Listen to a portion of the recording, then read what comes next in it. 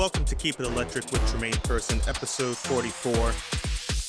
This recording is taking place on Thursday, August 7th. After last night's loss, the Mariners have fallen a half game back behind the Houston Astros, who are now in first place in the AL West. As the season continues to move along here, it's beginning to look very likely that only one team will be making it out of the AL West as the wild card race heats up with strong performances this year from the Twins, Royals, and Red Sox. That is why they say the only guaranteed way in is by winning your division. A couple things to touch quickly before I begin to curse the name of Parker Meadows. Don't worry, we'll get there. A roster change last night. Outfielder Cade Marlowe was optioned to AAA Tacoma, and Ryan Bliss was recalled back to the Major League roster. Bliss last appeared in a Major League game on July 20th and was optioned on the 22nd. In his 12 games in Tacoma, he only raked, which is kind of expected from him at this point. He hit .308 with 3 home runs, 12 ribbies, 5 walks, and 7 stolen bases over 59 plate appearances in his 12 games with Tacoma. His strikeout rate remains high, sitting at 30%, but I think I could argue just as much as some others who have been following his career. The guy is Major League ready. I think he's a fringe starter on many Major League teams. He's a bit blocked here in Seattle with Polanco at second, but Bliss has shown exceptional fielding skills, a solid bat, and I honestly think at this point in time for him, he just needs the reps at the Major League level. Hopefully Service can find a way to get him in the lineup a bit more regularly. If he's got the space to fit Leo Rivas, then he certainly has the space to fit Bliss.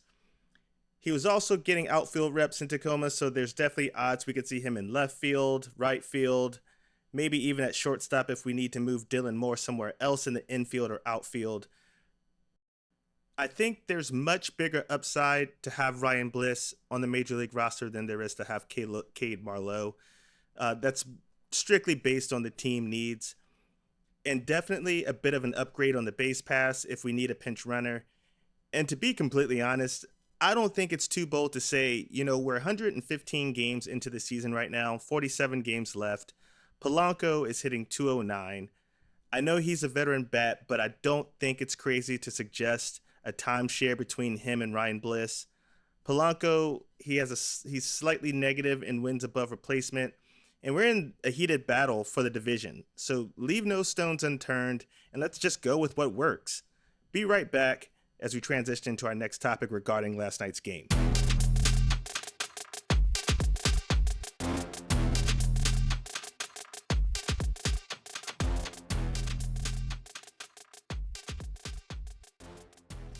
Tarik Skubal was everything we expected him to be last night for the Detroit Tigers. The Mariners had no answer for him right from the jump. He retired 10 straight batters before Randy Arozarena ended that streak with an infield single in the bottom of the 4th. Cal Raleigh had the biggest bright spot of the game. Brought in Arozarena with a home run. Big shot over the center field wall for his 24th home run of the season, getting the Mariners back into the game 3-2. Final line for Skubal, 7 innings, 2 earned runs over 3 hits, 2 walks, and 9 Ks. Opposite Skubal was George Kirby, who was greeted by leadoff man Wenzel Perez with a home run right out of the gate. Even though it's a solo shot to start the game off, it's just deflating. It's a deflating feeling to see a game you really should win start off that way. Kirby, unfortunately, couldn't really get settled in, did not have a single clean inning, and did not come back out for the 6th inning. Not a horrible game for Kirby, but the Tigers really made it tough for him. Final line for him, 97 pitches through 5 innings, 7 hits, 3 earned runs, 1 walk, 7 Ks. He allowed two solo shots total, but the Mariners still had a shot. They're still in this thing. So JT Chargois, Colin Snyder, and Austin Voth, who normally when he takes the mound, I just try to avert my eyes and just pray. They all got through the next 3 innings without allowing a run, setting up the bottom of the 9th, which seemingly set up the biggest moment of the game and one that ripped all of our hearts out. Reliever Jason Foley enters the game, He's not an amazing reliever, and he's certainly not Tarek Skubal. He gets Josh Rojas and Victor Robles out to start the inning before Randy Rosarina, that name again, hits a line drive double to right field. That brings up Big Dumper.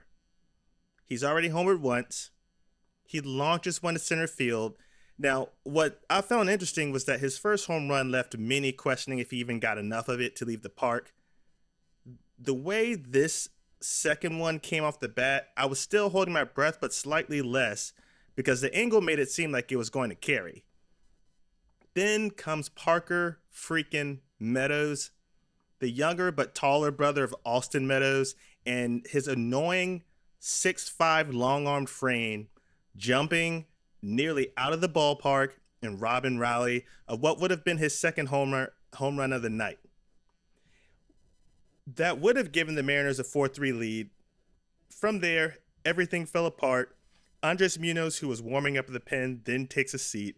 Jonathan Hernandez checks in the game instead. He walks 2 batters immediately, eventually gets removed after 1 out, leaving an absolute mess for Trent Thornton to come in and clean up, which he couldn't do. Blink or go to the bathroom. The Tigers are up 6-2, and they win the series before we get to the third game tonight. Some will question Scott Service's decision to not go with Munoz. Even though it wasn't a save situation, it was still indeed a very high leverage situation. Honestly, with the way the bets have been going, I would have saved Munoz's bullets too. He's been heavily relied on already this year, and the Mariners are still in the race for the division. I'm sure they intend to stay in the race. He could end up pitching more innings this season than he's ever had in his career.